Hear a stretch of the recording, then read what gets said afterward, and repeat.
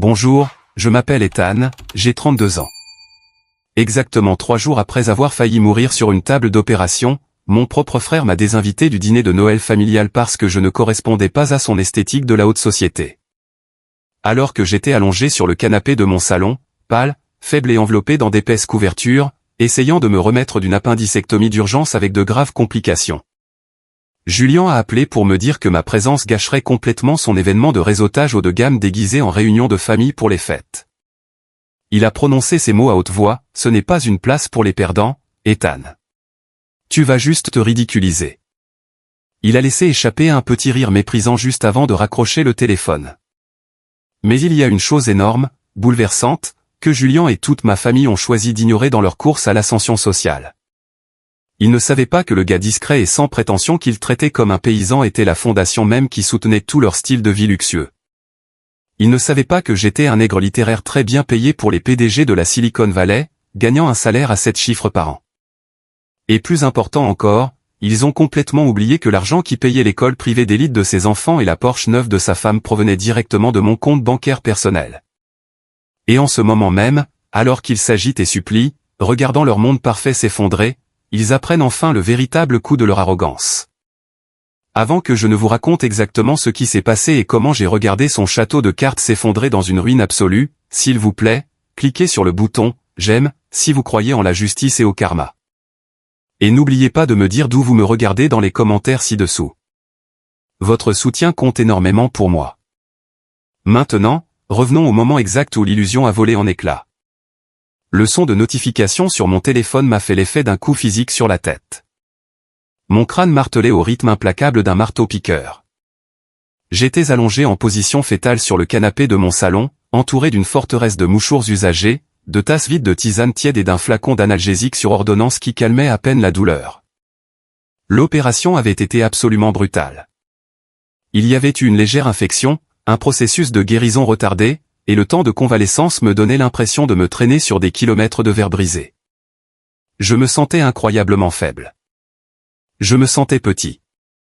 J'ai tendu la main vers le téléphone sur la table basse, ma hanche tremblant légèrement sous le coup de l'épuisement physique nécessaire pour bouger le moindre muscle. L'écran s'est allumé brillamment en affichant le nom de Julien. Une petite vague de soulagement dérisoire a traversé ma poitrine. Enfin, mon frère aîné prenait de mes nouvelles. Je lui avais envoyé un message, ainsi qu'à sa femme Victoria, juste avant que l'anesthésie ne m'emporte. Et de nouveau, quand j'étais enfin rentré chez moi, j'avais reçu un emoji pouce bleu froid et indifférent de la part de Victoria, et un silence radio absolu de la part de Julien. Mais maintenant, il appelait. J'avais bêtement cru qu'il se souciait de moi. J'ai raclé ma gorge sèche et irritée et j'ai répondu. Je lui ai dit que j'étais enfin de retour à la maison et que les derniers jours avaient été rudes. J'ai essayé de lui parler de l'infection, mais Julien m'a coupé la parole avant même que je puisse finir ma phrase. Sa voix était vive, très dynamique et totalement dénuée de toute compassion humaine. On aurait dit qu'il marchait d'un pas pressé dans un bureau animé ou un centre commercial. Il a annoncé bruyamment que lui et Victoria vivaient la finalisation de la liste des invités du dîner du réveillon de Noël et que des traiteurs hors de prix arrivaient dans 1 heure pour une dégustation obligatoire du menu. Les analgésiques ralentissaient énormément mon cerveau pour analyser le changement de son ton. Je lui ai dit que je ne savais pas trop ce que je pourrais apporter cette année, car rester debout devant un four chaud était totalement exclu pour mes points de suture. J'ai fièrement mentionné que j'avais déjà commandé les 20 millésimés coûteux que Victoria aimait tant pour l'échange de cadeaux familiaux. Il y a eu un silence à l'autre bout du fil. Un silence lourd et pesant, qui semblait plus tranchant que la cicatrice chirurgicale toute fraîche sur mon abdomen. Julien a laissé échapper un soupir théâtral. C'était le faux bruit de compassion qu'il faisait toujours juste avant de commettre un acte incroyablement égoïste et calculateur. Il m'a dit qu'ils apportaient des changements drastiques à la liste des invités cette année. Il a dit que l'ambiance allait être complètement différente, très haut de gamme, exclusive. Victoria avait invité Eleanor, la vice-présidente de sa prestigieuse agence immobilière, et Julien amenait 2 riches investisseurs providentiels pour sa toute nouvelle entreprise. J'ai bougé mes jambes sur le canapé, grimaçant sous la douleur vive et brûlante sur mon flanc, et je lui ai dit que cela semblait être une soirée très intense. J'ai promis que je resterais simplement assis tranquillement dans un coin de la pièce. Je lui ai dit que je ne dérangerais pas ses invités de marque. Je lui ai dit que j'avais vraiment besoin d'être entouré de ma famille, car être seul dans une maison silencieuse tout en me remettant d'une opération majeure commençait à peser lourdement sur mon moral. Julien a soupiré à nouveau, beaucoup plus fort cette fois. C'était un son impatient, très irrité, indiquant clairement que j'étais un fardeau.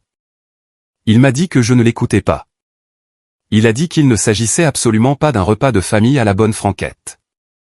C'était un événement de réseautage crucial déguisé en fête de Noël, et que les apparences étaient primordiales dans le monde des affaires. Et franchement, a-t-il ajouté, vu ma tête ces derniers temps, je ne correspondais tout simplement pas à l'esthétique exclusive qu'il construisait.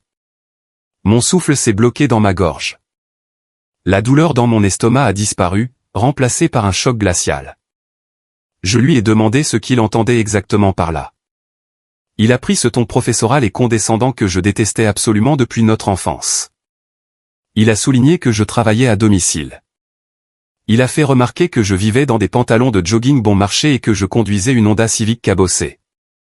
Il a dit que je me complaisais dans ma médiocrité, mais que les personnes qui venaient chez lui étaient de véritables requins, des gagnants. Il a dit que Victoria était extrêmement stressée à l'idée de faire une impression parfaite, et que voir son beau-frère assis dans un coin, ressemblant à un fantôme malade qui ne s'était pas coiffé depuis une semaine, n'était absolument pas l'image qu'il voulait projeter au monde. Puis vint le coup de grâce brutal. Il m'a traité de perdant stagnant. Il m'a dit de rester chez moi, de prendre mes pilules, et a ajouté qu'il m'enverrait peut-être des restes froids s'il en restait. La ligne s'est éteinte. Il m'a raccroché au nez. J'ai fixé l'écran noir de mon téléphone. Le reflet montrait un homme pâle, fatigué, avec des cernes sombres et lourds sous les yeux. J'ai laissé tomber le téléphone sur le tapis et j'ai fermé les yeux très fort. Des larmes chaudes ont coulé malgré tous mes efforts pour les retenir. Ce n'était pas seulement le rejet glacial de mon propre frère. C'était l'audace absolue, l'ignorance aveugle, la cruauté pure de s'en prendre à quelqu'un à terre.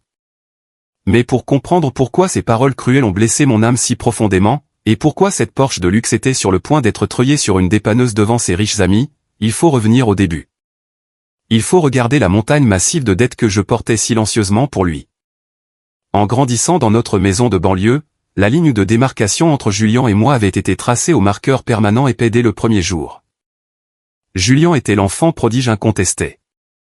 C'était le quart arrière du lycée, le roi de la promo, le gamin au sourire charismatique à $1 million capable de convaincre une professeure de mathématiques stricte de transformer une note éliminatoire en moyenne simplement en lui demandant comment s'était passé son week-end.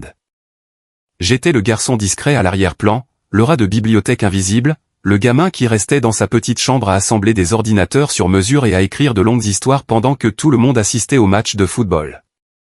Nos parents, Arthur et Béatrice, adoraient absolument Julien. Ils le regardaient et voyaient un futur PDG du Fortune 500, un homme destiné à une grandeur incroyable et à une richesse massive.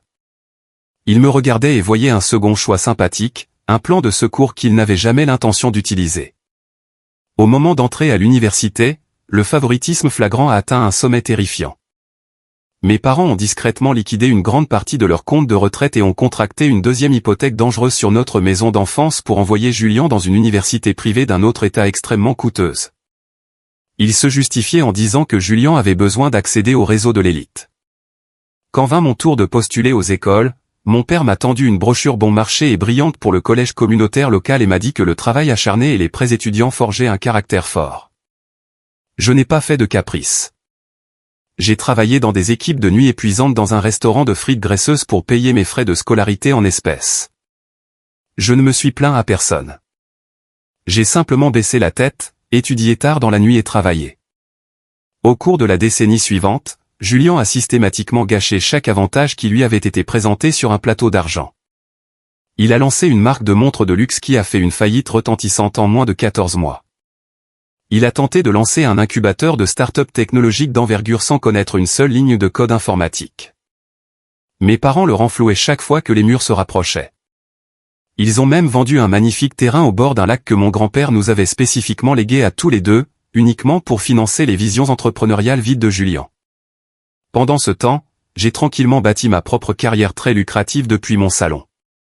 Je suis devenu un nègre littéraire extrêmement recherché. Je prenais les pensées brutes, chaotiques et désorganisées de fondateurs de technologies brillants mais terriblement inarticulés, et je les transformais en livres à succès et en articles soignés pour Forbes. Mes tarifs horaires sont devenus absolument astronomiques, mais mon style de vie personnel est resté totalement invisible. J'ai acheté une maison modeste, bien isolée et entièrement payée dans un quartier calme. J'ai investi agressivement dans mon plan d'épargne retraite et mes portefeuilles d'investissement. Je conduisais une voiture de 10 ans extrêmement fiable. Je n'avais pas besoin d'une Rolex rutilante au poignet pour savoir exactement quelle heure il était. Il y a 3 ans, la fausse réalité que Julien s'était construite s'est effondrée violemment sur sa tête. C'était un mardi soir glacial de novembre, sous une pluie battante. Quelqu'un a frappé à ma porte d'entrée de manière frénétique et terrifiante. J'ai ouvert pour trouver Julien trempé jusqu'aux os. Ses yeux étaient rouges et gonflés d'avoir pleuré. Il avait l'air complètement terrifié. Il est entré dans mon couloir, s'est effondré contre le mur et a fondu en larmes. Il a avoué la sombre vérité qu'il cachait à nos parents. Ses cartes de crédit étaient utilisées jusqu'à la limite absolue. Il avait 3 mois de retard sur ses mensualités d'emprunt immobilier massif, et Victoria, sa belle femme incroyablement superficielle qui avait grandi avec une cuillère d'argent dans la bouche, était activement en train de faire ses valises de luxe. Elle le menaçait d'un divorce difficile et se préparait à emmener leurs 2 jeunes enfants, Léo et Chloé, dans le domaine de ses riches parents dans le Connecticut. Julien a saisi mon t-shirt à 2 mains. Il sanglotait violemment, me suppliant de le sauver financièrement. Il a dit qu'il avait juste besoin d'un peu de répit pour se remettre sur pied. Il a juré qu'il avait un tout nouveau projet, un succès garanti, mais qu'il avait besoin de temps pour obtenir des capitaux d'investisseurs. Il m'a regardé droit dans les yeux et m'a dit que j'étais la seule personne au monde à qui il pouvait confier sa vie. J'ai regardé mon frère aîné, un homme qui avait eu tous les avantages du monde, aujourd'hui réduit à une misérable flaque d'eau et de larmes sur mon parquet. J'ai pensé à mon neveu Léo, qui avait 7 ans à l'époque et qui avait des difficultés en mathématiques. J'ai pensé à ma gentille nièce Chloé, qui avait 5 ans et qui adorait dessiner. Je ne pouvais pas laisser ces enfants innocents perdre leur maison familiale et affronter le traumatisme d'un divorce amer. Alors, contre toute attente, j'ai conclu un accord financier strict avec lui. J'ai catégoriquement refusé de signer un chèque en blanc à Julien ou de déposer de l'argent directement sur son compte, car je savais qu'il s'évaporerait instantanément en déjeuners d'affaires coûteux et en mauvais investissements. Au lieu de cela, je lui ai dit que je prendrais directement en charge les dépenses absolument essentielles pour empêcher Victoria de partir. J'ai mis en place des virements électroniques récurrents et directs de mon compte bancaire vers l'école privée d'élite que fréquentaient Léo et Chloé, pour préserver la fragile image publique de Victoria afin qu'elle puisse se rendre à ses visites immobilières haut de gamme. J'ai entièrement pris en charge le leasing mensuel massif de sa Porsche Macan neuve. Je l'ai fait par pur amour. Je l'ai fait parce que la famille est censée se protéger mutuellement quand la tempête éclate. Mais j'ai vite appris que la gratitude a une durée de conservation très courte et hautement périssable. Alors que les mois stressants se transformaient en longues années, Julien n'a jamais trouvé d'emploi stable. Il se qualifiait vaguement de consultant indépendant. Il ne m'a jamais remboursé un seul centime de l'argent que je dépensais pour lui. Pire, toute la dynamique familiale a radicalement changé. L'humilité désespérée dont il avait fait preuve sur mon sol ce soir de pluie s'est complètement évanouie. Elle a été rapidement remplacée par un sentiment de supériorité toxique et insupportable. Ils ont cessé de s'émercier lorsque les factures étaient payées. Ils ont cessé de m'inviter à dîner, sauf s'ils avaient désespérément besoin d'un dépannage informatique gratuit ou de quelqu'un pour garder les enfants gratuitement pendant qu'il assistait à des galas de charité coûteux. Le véritable point de rupture a commencé à se manifester lors des fêtes. À Thanksgiving dernier, nous étions tous réunis chez mes parents pour un grand dîner. J'avais discrètement payé pour l'énorme dinde biologique et le vin importé coûteux que Victoria avait spécifiquement réclamé, bien que personne n'eût mentionné ce fait autour de la table. Nous étions assis dans la salle à manger quand mon père, Arthur, a regardé Julien avec une admiration pure et sans mélange. Julien développe vraiment ses activités ce trimestre. Sa nouvelle SARL va tout changer pour la famille. Puis mon père m'a regardé directement, un sourire figé et incroyablement poli plaqué sur le visage. Et Ethan, tu fais toujours ton truc de dactylographie? Écrire ces petits blogs pour les gens sur Internet? J'ai serré ma lourde fourchette en argent sous la table jusqu'à ce que mes articulations deviennent toutes blanches. J'ai pris une grande inspiration, j'ai hoché calmement la tête et j'ai dit, oui, je continue d'écrire pour payer les factures. Victoria a laissé échapper un petit rire condescendant depuis l'autre bout de la table. C'est franchement mignon que tu aies un petit passe-temps pour t'occuper, Ethan. Mais tu devrais vraiment laisser Julien te donner de vrais conseils d'affaires bientôt. Tu ne peux tout simplement pas conduire cette horrible vieille Honda éternellement. Elle fait littéralement baisser la valeur immobilière de tout le quartier quand tu te gares dans notre allée lors de tes visites. Mes parents ont ricané à son insulte. Julien a souri avec arrogance et a bu une longue gorgée du vin coûteux que j'avais acheté avec mon argent durement gagné. Je suis resté dans un silence total. Je me suis violemment mordu la langue parce que j'aimais trop les enfants pour déclencher une dispute publique. Je passais 2 soirs par semaine à donner des cours d'algèbre à Léo sur Zoom. J'achetais chaque mois à Chloé ses fournitures de dessin professionnelles et coûteuses. Je me répétais constamment que je les protégeais de la pauvreté. Je ne me rendais pas compte que je finançais activement une immense illusion. Je payais le prix fort pour les balles même qu'ils me tiraient avec assurance dans le dos. Et maintenant, allongé sur mon canapé en train de me remettre d'une chirurgie abdominale majeure, Julien venait d'appuyer sur la gâchette et de me bannir de la famille. La douleur physique brûlante de mes blessures chirurgicales était complètement éclipsée par une douleur froide et profondément creuse qui se propageait rapidement dans ma poitrine. Je me suis assis sur le canapé, grimaçant sous l'effet de la douleur alors que les points de suture tout frais se tendaient contre ma peau. Une chaleur sourde et incroyablement dangereuse a commencé à monter au plus profond de moi. Cela n'avait absolument rien à voir avec une fièvre post-opératoire. C'était de la rage. Une rage pure, cristallisée, absolue et sans compromis. Il savait que j'étais complètement seul dans cette maison. Il savait que je souffrais physiquement et mentalement. Et il m'a jeté comme un déchet périmé simplement parce que mes vêtements confortables ne correspondaient pas à son esthétique de faux millionnaire. J'ai repris mon téléphone sur le tapis et j'ai ouvert l'application Instagram. Tout en haut de mon fil d'actualité se trouvait une toute nouvelle story publiée par Victoria il y a tout juste 20 minutes. J'ai tapoté sur le cercle lumineux. C'était une vidéo au ralenti de leur immense salon richement décoré. La pièce même que j'avais sauvée de la saisie bancaire. Elle était entièrement parée de décorations dorées et blanches sur mesure qui avaient probablement coûté des milliers de dollars. Un immense sapin de Noël, décoré par des professionnels, s'élevait jusqu'au plafond cathédral. Une musique classique douce et coûteuse résonnait chaleureusement en arrière-plan. En bas de l'écran, Victoria avait fièrement écrit une légende brillante, préparatif pour la plus grande soirée de l'année. Liste d'invités VIP exclusive. La belle vie, le succès. Pas d'ondes négatives autorisées. J'ai regardé la courte vidéo tournée en boucle 3 fois dans un silence total. Pas d'ondes négatives autorisées. Je savais exactement ce que cela signifiait. C'était leur nouveau code pour me désigner. J'ai zoomé sur la vidéo avec 2 doigts. J'ai vu le canapé en cuir italien très coûteux que je les avais aidés à choisir et que j'avais indirectement payé. J'ai vu le petit Léo courir joyeusement devant l'objectif de la caméra, portant son uniforme d'hiver coûteux et sur mesure de la Saint-Judas Preparatory Academy. Mon pouce flottait dangereusement au-dessus de l'écran lumineux. Julien m'avait traité de perdant au téléphone. Il m'avait qualifié de totalement stagnant. Il avait affirmé avec assurance que je ne cadrais pas avec les gagnants de ce monde. J'ai fermé l'application Instagram et j'ai immédiatement ouvert mon portail bancaire hautement sécurisé. J'ai passé mon compte courant standard. J'ai fait défiler rapidement mes portefeuilles d'investissement diversifiés et mes comptes d'épargne à haut rendement. Des chiffres si importants que Julien ne pouvait même pas les concevoir dans ses rêves les plus fous et les plus désespérés. J'ai cliqué fermement sur l'onglet des paramètres intitulé « Virement récurrent planifié ». Ils étaient là, les 3 respirateurs artificiels qui maintenaient en vie leur faux monde de plastique. Virement automatique mensuel récurrent, 3200 $. Note de référence, scolarité privée Léo et Chloé. Virement automatique mensuel récurrent, 1150 $. Note de référence, leasing Porsche Macan Victoria.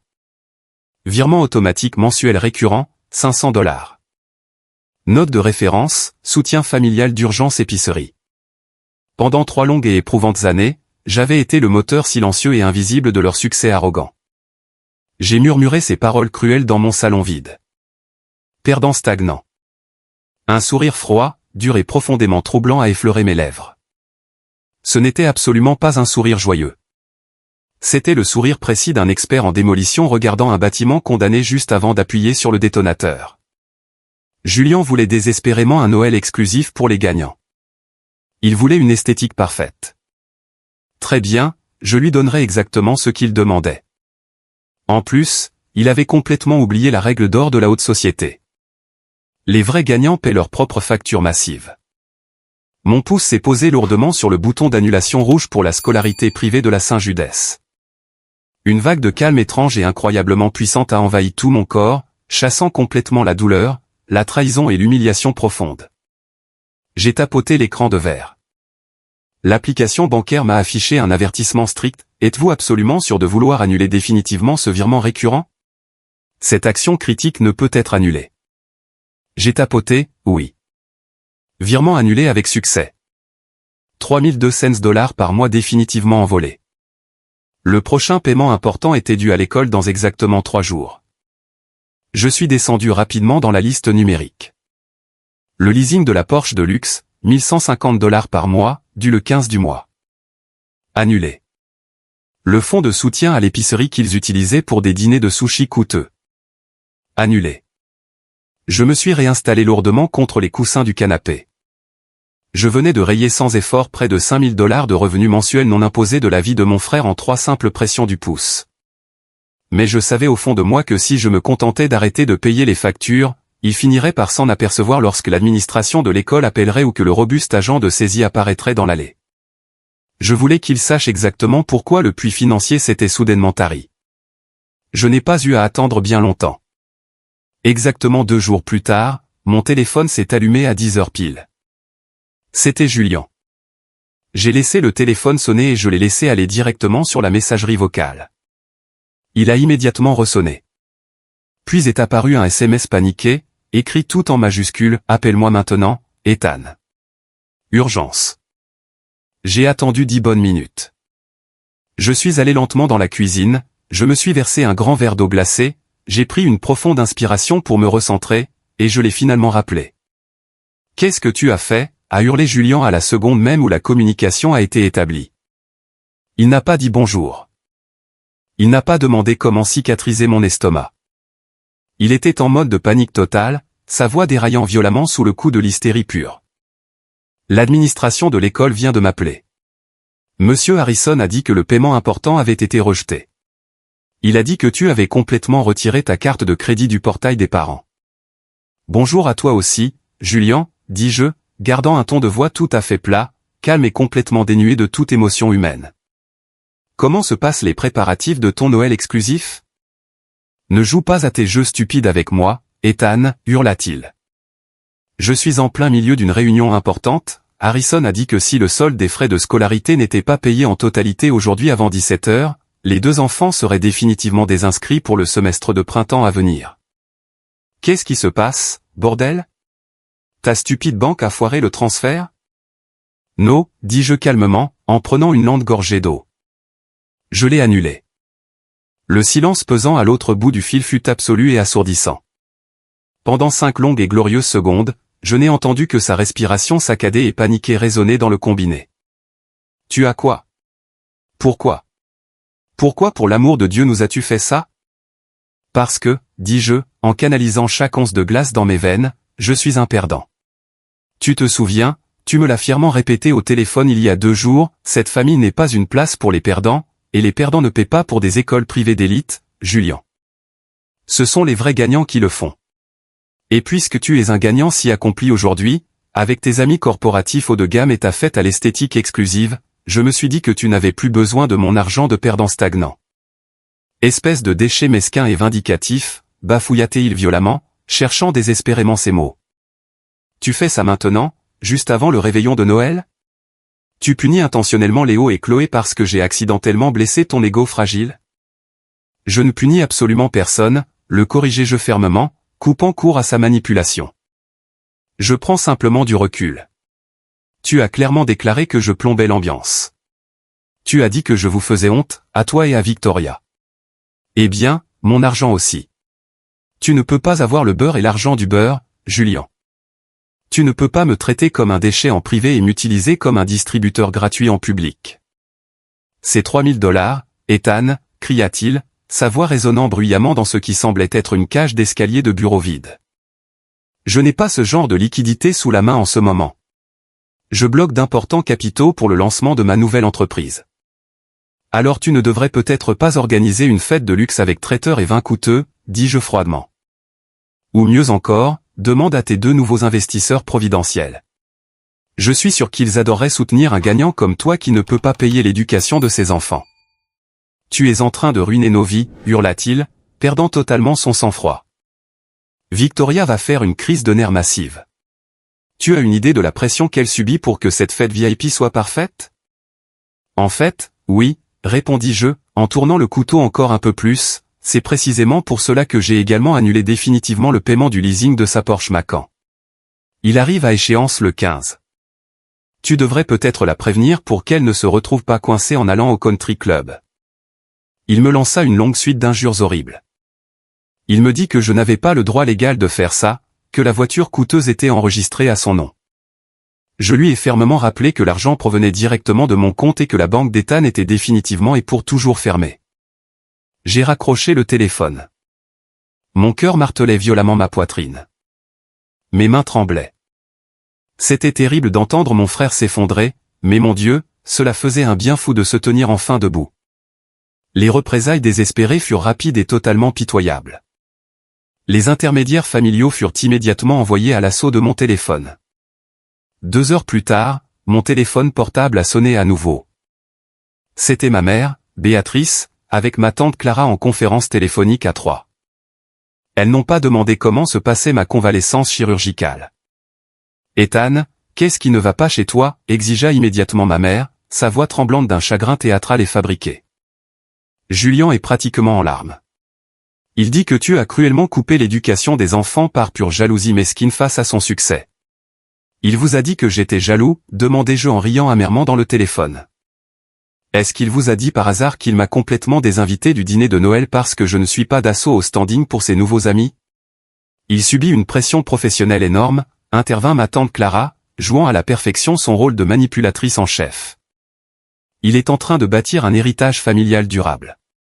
Tu as une petite maison et aucune responsabilité. Tu as plein d'argent de côté.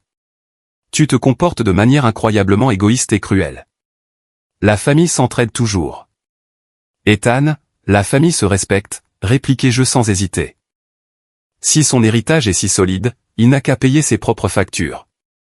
J'ai raccroché et j'ai bloqué les 2 numéros. Mais Julien n'en avait pas fini. Il était désespérément aux abois. Le lendemain matin, je me suis réveillé avec une alerte rouge urgente pour fraude de la part de ma société de cartes de crédit haut de gamme. Quelqu'un venait de tenter de facturer 4 500 $ dans une boutique de vêtements de créateurs haut de gamme de la ville. Mon sang s'est glacé.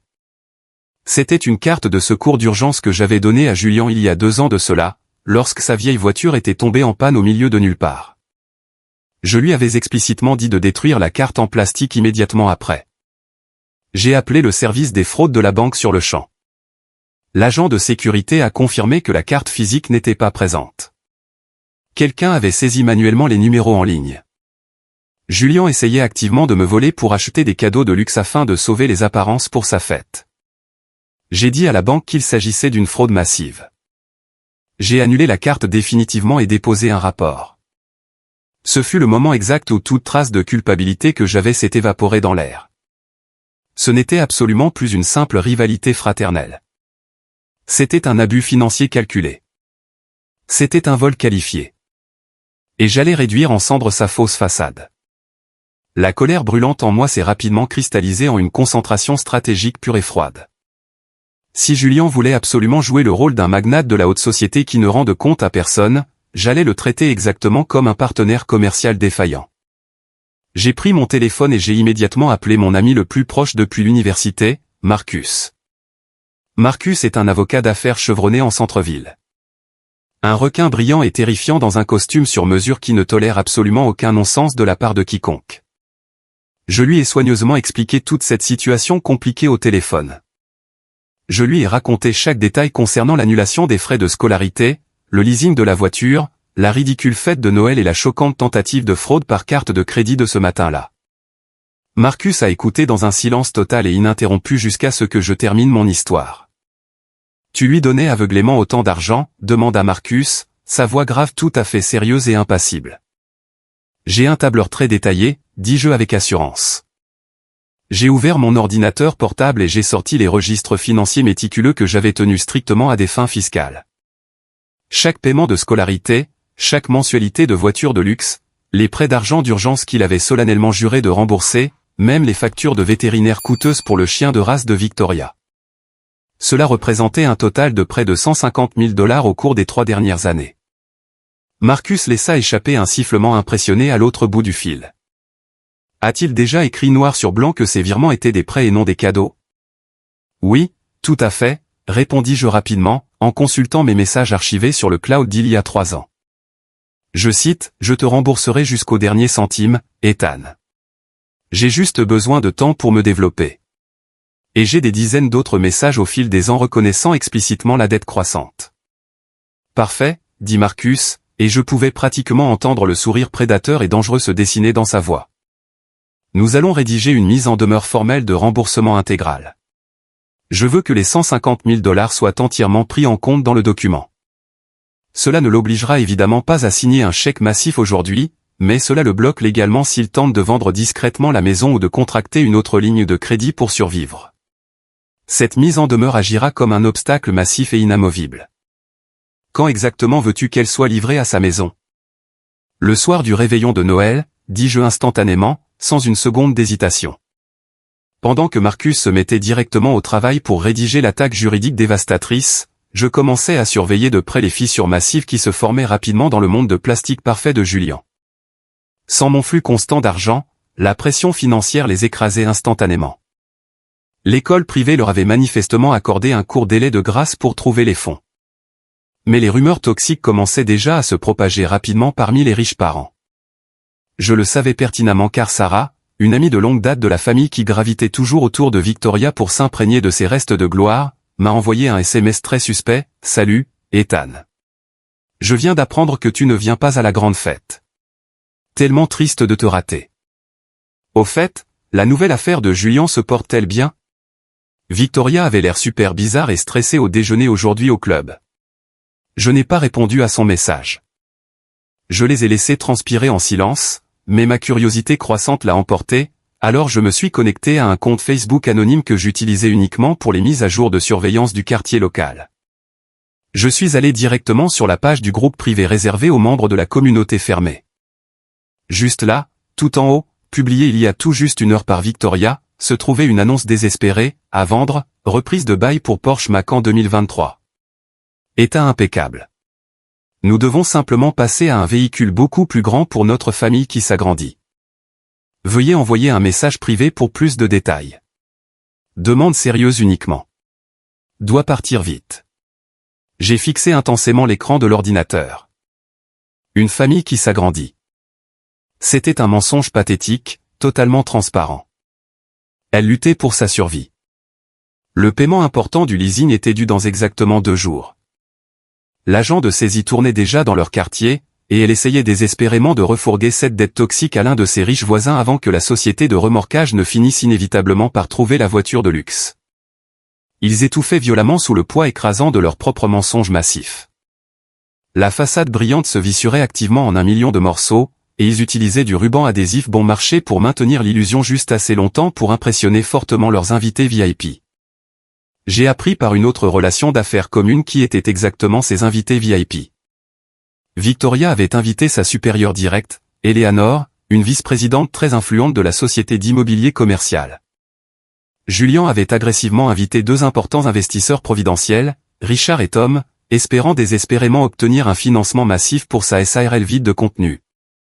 Ces personnes fortunées ne connaissaient absolument pas les vrais Julian et Victoria. Ils ne connaissaient que le masque soigneusement élaboré, le vin importé cher, la nourriture entièrement préparée par un traiteur et la Porsche rutilante garée fièrement dans l'allée.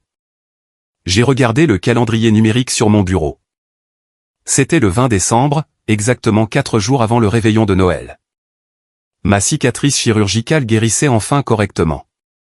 Mon esprit était plus vif et plus clair qu'il ne l'avait été depuis des années. J'avais passé toute ma vie d'adulte à me tenir tranquillement dans l'ombre, laissant ma famille me traiter comme un marchepied jetable. J'avais bêtement cru à l'histoire toxique selon laquelle j'étais juste le jeune frère discret et inintéressant qui n'était utile que lorsque les factures massives arrivaient à échéance. J'ai fermé fermement mon ordinateur portable et j'ai regardé par la fenêtre du salon la neige tomber abondamment. J'allais absolument assister à cette fête de Noël. Je n'allais pas y rester et je n'allais certainement pas manger leur nourriture coûteuse, mais j'allais leur livrer un magnifique cadeau qu'ils n'oublieraient jamais. Je pensais vraiment que le pire de la trahison douloureuse était derrière moi. Je pensais sincèrement que le soutien aveugle de mes parents à Julien était la blessure la plus profonde que le couteau pouvait m'infliger. Je me trompais tellement. La véritable et terrifiante vérité sur la loyauté financière de ma famille m'attendait patiemment à cette fête. Et elle allait changer absolument tout ce que je croyais savoir sur mon propre sang. Le réveillon de Noël est enfin arrivé dans notre ville, apportant avec lui un vent d'hiver glacial et mordant qui semblait traverser sans peine les vitres épaisses de ma voiture. J'étais assis en silence, garé dans ma Honda Civic de 10 ans, entièrement payé, juste un peu plus bas dans la rue de l'immense maison de banlieue de Julien ou du moins de la maison que la banque possédait encore techniquement pour quelques semaines de plus. Jusqu'à ce que la dure réalité ne rattrape complètement ces mensonges financiers massifs. J'étais assis là, seul sur le siège du conducteur, le chauffage de ma vieille voiture luttant pour contenir la température glaciale, observant simplement la neige humide s'accumuler rapidement sur le capot. Je n'étais absolument pas invité à ce rassemblement de fêtes hautement exclusif. Je savais pertinemment que mon propre frère aîné l'avait formulé de manière douloureusement claire lorsqu'il m'avait appelé alors que je saignais sur mon canapé pour me dire que ma présence ruinerait entièrement son esthétique d'entreprise. Mais j'avais 2 petits cadeaux posés délicatement sur la banquette arrière de ma voiture, emballés dans du papier brun tout simple. L'un était un kit de codage hautement spécialisé et incroyablement coûteux pour mon brillant jeune neveu, Léo. L'autre était un ensemble d'aquarelles de qualité professionnelle pour ma nièce, Chloé. Je refusais catégoriquement de laisser l'ego fragile et démesuré de mon frère aîné priver complètement ses enfants innocents d'une relation avec leur oncle à Noël. Ils ne méritaient pas d'être punis pour les péchés de leurs parents cupides. Mon plan tactique pour cette froide soirée était incroyablement simple et direct. J'allais remonter tranquillement la longue allée, déposer les 2 cadeaux emballés juste devant la porte d'entrée, envoyer un message rapide à Julien pour l'avertir qu'ils étaient sur le porche, et quitter immédiatement les lointaines parcelles avant d'être à nouveau insulté. Dégradé ou humilié par ma famille toxique. J'ai regardé la rue impeccable et parfaitement entretenue. L'association locale stricte des propriétaires, la Shoah, imposait des illuminations de Noël parfaitement uniformes pour tous les résidents, et chaque maison massive du quartier cossu se conformait strictement à cette esthétique lumineuse et coûteuse. Mais alors que j'étais assis là à observer la rue calme à travers la neige qui tombait, une élégante voiture de fonction noire s'est lentement arrêtée devant l'allée de Julien. Une femme très élégante, portant un magnifique manteau en laine vert émeraude, en est sortie pour affronter la nuit glaciale. J'ai instantanément reconnu son visage d'après les photos de profil professionnel que Victoria montrait toujours fièrement à notre famille. C'était Eleanor, la puissante vice-présidente de la société d'immobilier commercial où travaillait Victoria. Eleanor était précisément la femme dont Victoria espérait désespérément qu'elle lui accorderait une promotion massive et lucrative ainsi qu'une augmentation de salaire importante l'année suivante. Juste derrière la voiture de fonction, une Tesla électrique neuve s'est arrêtée silencieusement le long du trottoir. 2 hommes plus âgés, vêtus de costumes sur mesure extrêmement coûteux, sont sortis sur le trottoir enneigé. C'étaient Richard et Tom, les 2 riches investisseurs providentiels que Julien courtisait agressivement pour obtenir un financement massif pour son entreprise fantôme. La maison de Julien était pratiquement étincelante sous le ciel d'hiver sombre et glacial. Chaque grande baille vitrée était illuminée d'une lumière dorée et chaleureuse. Je pouvais facilement voir les silhouettes sombres des invités aisés se déplacer avec aisance dans le salon, tenant d'élégants verres de vin en cristal et riant bruyamment de plaisanteries que je ne pouvais entendre. Tout semblait parfaitement construit, incroyablement coûteux et fragile de l'extérieur. J'ai pris une grande inspiration pour me stabiliser, j'ai attrapé les 2 cadeaux emballés sur la banquette arrière et je suis sorti de ma voiture pour affronter le froid piquant de l'hiver. Mes lourdes bottes d'hiver crissaient bruyamment sur la chaussée gelée alors que je remontais résolument la longue allée sinueuse. En m'approchant du grand garage pour 3 voitures, j'ai remarqué quelque chose d'incroyablement pitoyable et de profondément révélateur sur leur situation actuelle. La Porsche Macan blanche de Victoria n'était absolument pas garée fièrement au centre de l'allée pour que les invités VIP de l'entreprise l'admirent. Au lieu de cela, le véhicule de luxe était coincé de force dans un espace sombre et étroit sur le côté de la maison, partiellement caché derrière de hauts et épais buissons de conifères. Elle cachait délibérément la voiture coûteuse pour qu'elle ne soit pas visible depuis la rue. Elle savait pertinemment que l'agent de saisie scannait activement les plaques d'immatriculation dans son secteur ce soir, et elle était terrifiée à l'idée de perdre son symbole de réussite ultime avant la fin de la fête VIP. Je suis arrivé devant l'imposante porte d'entrée en chêne massif et j'ai levé fermement ma main gantée pour frapper. Avant même que mes articulations ne puissent effleurer le bois sombre et poli, la lourde porte s'est ouverte violemment de l'intérieur. Julian se tenait là. Il portait une veste de smoking en velours bordeaux incroyablement ridicule qui avait probablement coûté plus cher que ma première année de frais de scolarité universitaire. Ses cheveux étaient parfaitement coiffés et lissés en arrière, et il tenait un lourd verre en cristal de scotch importé coûteux dans sa main droite. Le sourire éclatant, faux et charismatique sur son visage s'est instantanément évanoui à la seconde même où ses yeux ont croisé les miens. Son visage s'est complètement vidé de tout son sang, prenant une teinte grisâtre et terrifiante. On aurait dit qu'il venait de voir un fantôme sur son porche. « Qu'est-ce que tu fous là ?» murmura Julian d'une voix féroce et haineuse, en sortant rapidement dans le froid glacial et en refermant partiellement la lourde porte d'entrée derrière lui pour bloquer physiquement la vue sur la fête lumineuse et chaleureuse à l'intérieur. « Joyeux Noël à toi aussi, Julian », dis-je calmement, gardant ma voix tout à fait stable malgré la poussée massive d'adrénaline qui martelait actuellement mes côtes. « Je viens juste déposer ces cadeaux pour Léo et Chloé. Je ne reste absolument pas pour gâcher ton esthétique d'entreprise exclusive. Prends juste les cartons pour que je puisse rentrer chez moi. » J'ai poussé les paquets en papier brun vers sa poitrine. Julian ne prit pas les cartons. Et le dévisagea de la tête aux pieds avec un mépris total. Je portais un jean en dénime sombre confortable, un manteau d'hiver en laine épais et une écharpe en laine simple. J'avais l'air exactement de ce que j'étais, un homme ordinaire et travailleur qui venait d'affronter le froid du dehors. Absolument pas d'un riche mondain prêt à discuter d'un portefeuille immobilier important au-dessus de caviar importé. « Je t'ai dit explicitement de rester loin de ma maison ce soir », chuchota Julian avec colère, ses yeux dardant frénétiquement en pleine panique vers la rue pour voir si quelqu'un nous observait. « Je suis en train d'assurer activement tout mon avenir financier en ce moment même. Richard et Tom sont à l'intérieur en train de boire le vin millésimé. Tu ne peux absolument pas être vu debout sur mon porche avec l'air d'un sans-abri.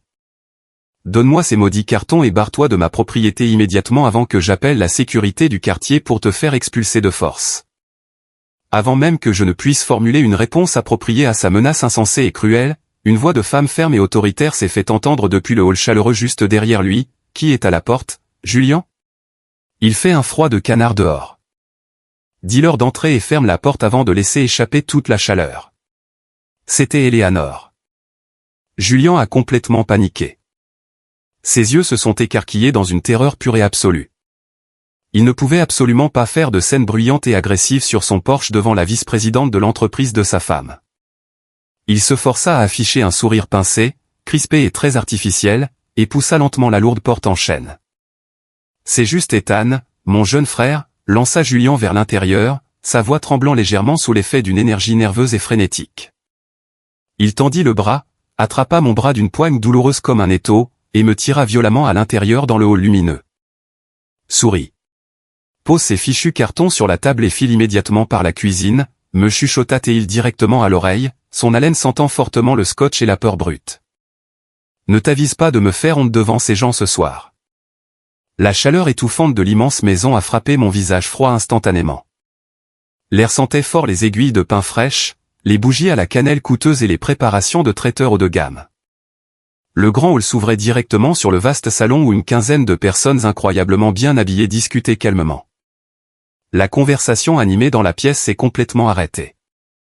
Chaque regard s'est lentement tourné vers moi, qui me tenait maladroitement près de la porte d'entrée, tenant deux simples paquets en papier brun. « Ethan ?» Victoria est soudainement apparue depuis l'immense cuisine de designer, tenant un grand plateau en argent rempli d'amuse-bouches élaborées. Son visage parfaitement soigné s'est contracté dans un masque de pur effroi. Elle a fixé mes bottes d'hiver mouillées, puis a regardé en pleine panique son tapis blanc importé et incroyablement coûteux. « Nous ne t'attendions absolument pas ce soir. Julian a dit à tout le monde que tu étais gravement malade et extrêmement contagieux. »« Je pars tout de suite, » dis-je clairement, regardant directement dans les yeux terrifiés de Victoria. « Je viens juste déposer ces cadeaux pour ma nièce et mon neveu. Je ne veux absolument pas interrompre votre réseautage haut de gamme. » Alors que je me tournais pour poser les deux cartons sur la table d'entrée, j'ai vu mes parents, Arthur et Béatrice, assis confortablement sur le canapé en cuir coûteux près du feu crépitant. Le visage de ma mère s'est contracté dans une désapprobation visible et extrême. Mon père s'est carrément levé, pointant un doigt très agressif vers moi depuis l'autre bout de la pièce. « Ethan, ton frère t'a dit explicitement qu'il s'agissait d'un événement d'entreprise privée », dit mon père à haute voix. Avec l'intention bien réelle de me réprimander publiquement comme un enfant désobéissant devant les riches inconnus. Tu n'as absolument rien à faire ici ce soir. Et un peu de respect pour l'importante carrière de Julian et part immédiatement. Tu gâches complètement l'ambiance. J'ai fixé mon père, l'homme qui avait systématiquement privilégié le faux succès de Julian par rapport à mon existence même depuis que j'étais petit garçon. L'homme qui était actuellement assis dans une maison que j'avais personnellement sauvée d'une saisie totale, buvant avec assurance du vin coûteux que j'avais acheté avec mon propre argent, me répétant agressivement que je n'avais pas ma place dans la pièce même que mon argent avait payée. L'audace absolue de toute la situation était enivrante. Avant que je ne puisse faire demi-tour et franchir la porte d'entrée pour retourner dans la neige glaciale, la grande femme au magnifique manteau vert émeraude s'est avancée directement au centre du hall. C'était Eleanor. Elle tenait une coupe de champagne en cristal, l'air incroyablement élégante et intimidante. Elle a complètement ignoré Julian, Victoria et mes parents visiblement furieux. Elle a plissé ses yeux acérés et analytiques directement sur mon visage, penchant légèrement la tête comme si elle essayait de résoudre une énigme complexe. « Attendez juste une seconde », dit Eleanor, sa voix autoritaire coupant facilement le silence tendu et gênant du grand salon. Elle fit 2 pas lents et déterminés vers moi. Le salon tout entier devint complètement silencieux. On aurait facilement pu entendre une épingle tomber sur le parquet coûteux. Julian cligna des yeux avec force, complètement confus et déstabilisé par cette interaction inattendue. Il laissa échapper un rire aigu et incroyablement nerveux qui ressemblait plutôt à un étouffement sec. « Quoi ? Non, Eleanor. Il y a forcément un malentendu ici, bafouilla Julian à haute voix. C'est juste mon petit frère, Ethan. Il écrit juste de stupides petits blogs sur Internet depuis son canapé. Il est actuellement entre 2 vrais emplois, en difficulté financière. Vous savez comment est l'économie en ce moment. Nous essayons gentiment de l'aider avec un peu de charité familiale quand nous le pouvons. Il le refaisait à nouveau, juste sous mes yeux, devant une pièce remplie de VIP de l'entreprise. Il me dépeignait intentionnellement comme un cas social pathétique pour élever désespérément son propre statut factice. Eleanor ignora complètement les divagations frénétiques de Julian. Elle marcha droit vers moi, me tendant la main avec un regard de pur respect professionnel. « Vous êtes le meilleur éditeur structurel et nègre littéraire de toute la côte est, dit Eleanor à haute voix, s'assurant que chaque riche investisseur dans la pièce entende clairement ces mots. Mon président directeur général a activement essayé de vous embaucher sous un contrat d'exclusivité l'année dernière. Vous coûtez une fortune absolue. Votre avocat d'affaires nous a dit que votre liste d'attente privée pour de nouveaux clients était de plus de 6 mois, et vous avez fermement rejeté notre offre de salaire massif sans l'ombre d'une hésitation parce que votre agenda était complet avec des milliardaires de la Silicon Valley. J'ai esquissé un petit sourire sincère et j'ai serré avec assurance sa main tendue. C'est en fait une liste d'attente de 8 mois maintenant, Eleanor. C'est vraiment agréable de vous rencontrer enfin en personne. Votre PDG dirige une entreprise brillante, mais mon emploi du temps était tout simplement tout chargé pour accepter un autre projet d'envergure à ce moment-là. Le visage de Julian se vida instantanément de la moindre goutte de couleur restante. Il avait l'air sur le point de vomir physiquement sur le tapis blanc. Le faux scénario qu'il avait soigneusement construit depuis des années glissait violemment entre ses doigts tremblants. Je pense vraiment que vous vous trompez lourdement, Eleanor, bafouilla Julian à haute voix, essayant désespérément de reprendre le contrôle de la pièce. Ethan dépend grandement de nous pour l'argent. Il conduit une Honda rouillée de 10 ans. Il n'a pas de client d'affaires. Je pense que nous devrions cesser de faire semblant dès maintenant, Julian, l'interrompis-je, ma voix portant clairement et puissamment à travers la pièce silencieuse et attentive. Ethan, s'il te plaît, ne fais pas ça maintenant, m'avertit Victoria depuis le seuil de la cuisine, sa voix tremblant sous le coup d'une panique absolue. Ses mains tremblaient si fort que le plateau d'amuse-bouche en argent s'entrechoquait bruyamment contre ses bagues. Ne pas faire quoi exactement, Victoria, demandai-je calmement, tournant lentement la tête vers elle. Ne pas dire à tes riches invités que j'ai payé la compte en espèces pour le traiteur coûteux qu'ils mangent actuellement? Ne pas leur dire que j'ai acheté le vin millésimé qu'ils boivent avec mon compte courant personnel? Il est lourdement médicamenté. Hurla soudain Julian à ses poumonnets, sa voix résonnant frénétiquement sous le plafond cathédral.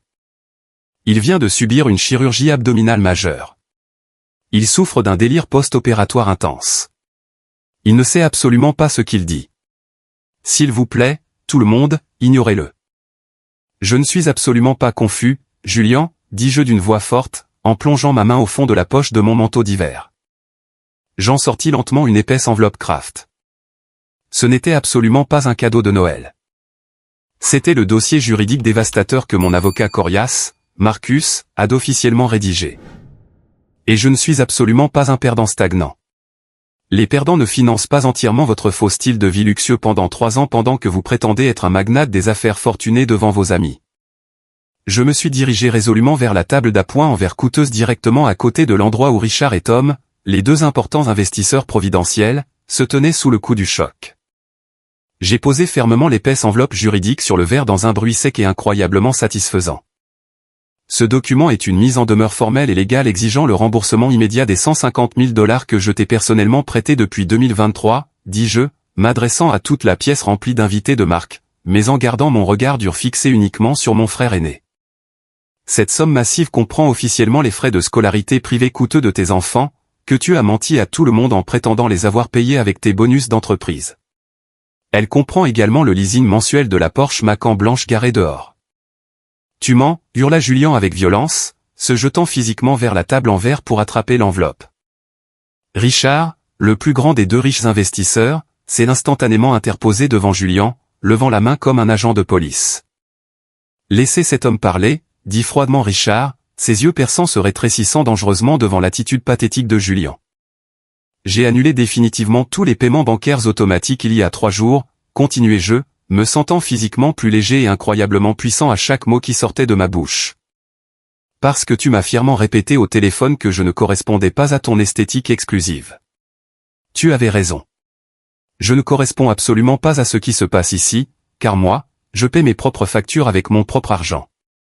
Ethan, tu es en train de détruire cette famille, hurla soudain mon père Arthur depuis le canapé, son visage prenant une teinte sombre et dangereuse de violet.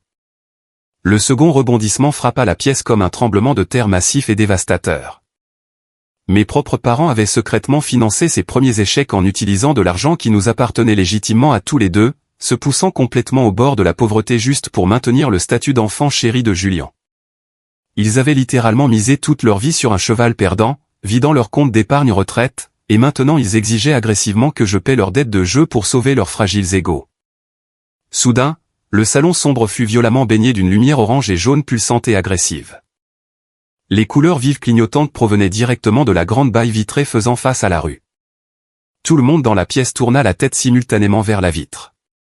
Dehors, dans la neige glaciale, une dépanneuse massive s'était garée dans l'allée, bloquant complètement l'élégante voiture de fonction et la Tesla électrique. Les gyrophares brillants se reflétaient vivement sur la neige qui tombait, projetant une lueur stroboscopique sur le sapin de Noël parfaitement décoré. À l'intérieur, un homme robuste portant une veste haute visibilité est sorti de la cabine du camion en tenant un porte-bloc métallique. Il s'est dirigé d'un pas assuré vers la lourde porte d'entrée en chêne, que Julien avait laissée partiellement ouverte, et a frappé fort sur le panneau de verre. « Je cherche une certaine Victoria », a crié l'agent de saisie d'une voix forte, légèrement étouffée mais parfaitement audible à travers la vitre froide. « J'ai une ordonnance légale exécutoire pour la saisie immédiate d'une Porsche Macan blanche de 2023. Je la vois cachée sur le côté de la maison. Vous pouvez me remettre la clé électronique dès maintenant, madame. Ou je peux utiliser de force le crochet en acier pour la sortir des buissons. C'est votre choix. » Le silence de plomb à l'intérieur du grand salon fut absolu, total et complètement étouffant. Les mains de Victoria finirent par lâcher. Elle laissa tomber violemment le lourd plateau en argent d'amuse-bouche sur le parquet. Le bruit fracassant de la vaisselle en céramique qui se brisait et l'éclatement des crevettes cocktail volant à travers le tapis blanc fut le seul son qui résonna dans la grande maison. Eleanor, la vice-présidente, regarda lentement par la baie vitrée les gyrophares de la dépanneuse, puis regarda directement la mise en demeure formelle posée sur la table en verre, et posa enfin ses yeux déçus sur Julien. Son expression n'était pas de la colère. C'était une pitié profonde et sincère, ce qui était infiniment pire dans le monde impitoyable des affaires. « Je pense que nous devrions tous partir immédiatement », dit très doucement Eleanor aux 2 investisseurs providentiels, en posant fermement sa coupe de champagne sur la table la plus proche. « Non, attendez, s'il vous plaît. » Julien se précipita désespérément vers eux, rampant pratiquement sur les crevettes cocktail écrasées, attrapant agressivement la manche de la veste de costume coûteuse de Richard. Richard, Tom, Eleanor, s'il vous plaît. C'est une simple erreur bancaire, un malentendu complet. Mon frère est mentalement instable et essaie activement de saboter un contrat d'envergure. Nous pouvons régler cela immédiatement. Richard dégagea violemment la main désespérée de Julian de sa manche comme si le tissu était soudainement couvert de boue radioactive. La seule erreur d'envergure ici ce soir, Julian, dit l'investisseur avec une froideur glaciale, c'est que tu as bêtement supposé que nous ne ferions pas nos vérifications préalables. Nous savions pertinemment que le statut de ta SARL était en souffrance. Nous sommes venus ce soir uniquement pour voir si tu serais honnête et transparent sur ta trésorerie. De toute évidence, l'honnêteté n'est pas ton fort. Ne contacte plus jamais mon bureau. Les investisseurs se détournèrent et partirent d'un pas assuré. Ils enjambèrent le désordre sur le tapis coûteux. Ils passèrent devant un Julian hébété et en hyperventilation. Ils franchirent la porte d'entrée, ignorant complètement l'agent de saisie qui actionnait bruyamment des machines hydrauliques pour treuiller la Porsche blanche de Victoria, et disparurent dans la nuit glaciale. Je me tenais complètement seul au centre du salon dévasté. Le reste de l'alta société, les voisins riches et les lointaines connaissances professionnelles se précipitaient vers le vestiaire, impatients d'échapper à la tension gênante de la situation. Je veux le divorce, hurla soudain Victoria à ses poumonnées, ses cheveux parfaitement coiffés tombant sur son visage. Elle pointa un doigt tremblant vers Julian, j'en ai fini avec cette vie factice. Je demande la garde exclusive de Léo et Chloé et je retourne chez mes parents demain matin. Tu as complètement ruiné ma carrière devant ma patronne. Julian tourna lentement la tête vers moi. Il avait l'air incroyablement petit. Il avait l'air d'avoir vieilli d'un coup. La ridicule veste en velours bordeaux ressemblait soudain à un déguisement bon marché d'une mauvaise pièce de théâtre de lycée. Tu as complètement ruiné ma vie, murmura-t-il, brisé, des larmes coulant sur son visage pâle. Tu as détruit tout ce que j'avais construit. Non, Julian, dis-je calmement, en boutonnant lentement mon manteau d'hiver pour affronter le froid du dehors. Je n'ai absolument rien détruit. J'ai simplement allumé la lumière pour que tout le monde voie les dégâts. Les conséquences immédiates ne furent pas une bagarre physique explosive ou violente. Ce fut un dégonflement lent, pathétique et douloureux de gros égos. Je ne suis pas resté dans l'allée glacée pour regarder la voiture de luxe se faire emmener dans la nuit. Je ne suis pas resté pour écouter Victoria hurler qu'elle engagerait un avocat agressif pour réclamer la garde des enfants et le moindre centime de leur compte vide. Je ne suis pas resté pour entendre mes parents pleurer sur leurs économies de retraite perdues et leur réputation sociale détruite. Je suis simplement sorti, je suis monté dans ma Honda entièrement payée et fiable, je me suis assis tranquillement sur le siège du conducteur et j'ai respiré.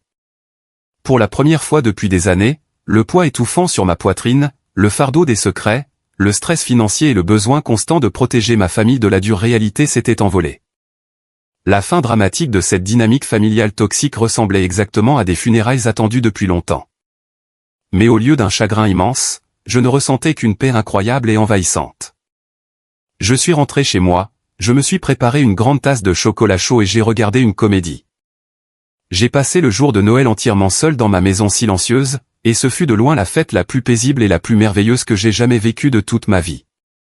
Dans les mois stressants qui ont suivi cette fête désastreuse, le faux château de cartes s'est complètement effondré en poussière. Sans mon financement mensuel massif et sans aucun investisseur fortuné disposé à le soutenir, Julian ne pouvait absolument pas assumer l'emprunt immobilier. La banque a mis la maison en saisie. Ils ont été contraints de mettre la propriété sur le marché immobilier fin janvier. Elle s'est vendue relativement vite, mais après avoir payé la dinde bancaire et les nombreuses hypothèques légales, y compris la mise en demeure de 150 000 $ que mon avocat Marcus avait déposée avec une efficacité redoutable. Ils sont repartis avec absolument rien d'autre que les vêtements qu'ils portaient. Le faux rêve d'entreprise est mort d'une mort discrète et pitoyable. Victoria a mis sa menace à exécution. Elle a immédiatement demandé le divorce, réclamé la garde des enfants et s'est installée dans le Connecticut. Julian a été contraint d'emménager dans un minuscule appartement de 2 pièces près du centre-ville bruyant. Il a enfin dû trouver un vrai travail éprouvant. Il n'était pas PDG, il est devenu un gestionnaire de compte de niveau intermédiaire, très stressé, vendant des systèmes de climatisation commerciale par téléphone. Mes parents ont été contraints de postuler discrètement pour des emplois à temps partiel dans un magasin de bricolage local à la fin de la soixantaine, car ils avaient bêtement confié toutes leurs économies à Julian. Je n'ai parlé à aucun membre de ma famille pendant 6 mois complets. J'avais profondément besoin de cette distance physique et émotionnelle.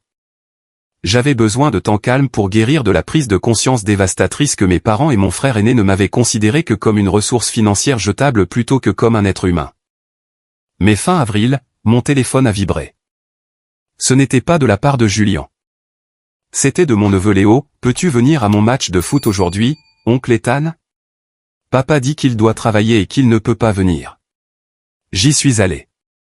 Je me suis assis tranquillement sur les gradins en aluminium, portant mon jogging confortable et un simple sweat à capuche, regardant fièrement mon jeune neveu courir sur le terrain de sport légèrement boueux d'une école publique.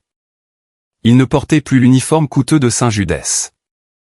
Il avait l'air un peu plus décoiffé, un peu plus fatigué, mais il semblait aussi sincèrement plus heureux et beaucoup plus léger. Quand le coup de sifflet final a retenti, il a couru joyeusement vers moi. Ma nièce Chloé était là aussi, assise tranquillement dans l'herbe, dessinant joyeusement dans le carnet de croquis professionnel que je lui avais envoyé pour Noël. « Oncle Ethan » a crié Léo, jetant ses bras autour de moi et mettant de la boue partout sur ma veste propre. « Ça ne m'importait absolument pas, salut-toi » dis-je chaleureusement, en le serrant fort à mon tour. « Papa nous a dit que tu es secrètement hyper riche » dit innocemment Léo, en se reculant pour me regarder avec de grands yeux curieux. « C'est vrai ?» J'ai ri de bon cœur, un rire franc qui m'a fait un bien fou. « Je vis très confortablement, Léo. Je vis confortablement parce que je travaille incroyablement dur chaque jour et que je n'achète pas de choses chères. Je n'ai absolument pas besoin d'impressionner des gens qui ne se soucient pas de moi. » Papa dit qu'il est vraiment désolé, intervint soudainement Chloé, sans même lever les yeux de son dessin coloré. Il a dit à maman qu'il avait été incroyablement stupide. J'ai lentement levé les yeux vers le terrain boueux et j'ai vu Julien debout, complètement seul, près de la barrière du parking. Il portait un coupe-vent froissé et un pantalon kaki taché. Il avait l'air épuisé. Il avait visiblement pris du poids et ses cheveux se clairsemaient. Ce n'était plus le garçon en or. Ce n'était pas un faux magnate. C'était juste un homme profondément brisé, stressé par un travail difficile pour payer sa pension alimentaire. Il m'a vu le regarder et a lentement levé la main pour me faire un petit signe hésitant. Il n'a pas osé s'approcher des gradins. Il a gardé ses distances, respectant enfin la limite inamovible que j'avais fixée sur le plan légal et émotionnel. Je ne lui ai pas rendu son signe, mais je lui ai adressé un simple hochement de tête ferme. Ce n'était absolument pas un pardon immédiat.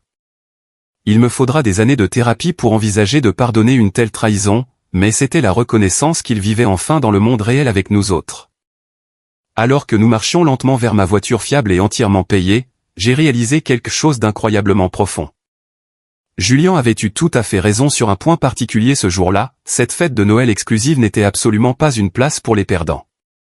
Mais en me tenant là, tenant la petite main de ma gentille nièce, sachant que ma maison était entièrement payée, que mes comptes d'investissement étaient sécurisés et que ma conscience était tout à fait tranquille, je savais exactement qui était le vrai gagnant. Je n'étais pas l'homme incroyablement peu sûr de lui qui avait désespérément besoin d'un public riche pour se sentir estimé. Je n'étais pas l'homme pitoyable qui dépendait d'une veste en velours louée et d'une voiture de luxe en leasing pour se sentir important dans une pièce remplie d'inconnus. J'étais Ethan. J'étais la fondation silencieuse. J'étais le nègre littéraire. Et pour la toute première fois de ma vie, j'avais réécrit ma propre histoire et réparé ma propre vie en premier. Et croyez-moi, cette paix de l'esprit incroyable est la plus belle des attitudes qu'une personne puisse jamais porter. Faisons une pause un instant. Merci d'être resté avec moi jusqu'ici. Vous êtes vraiment incroyable.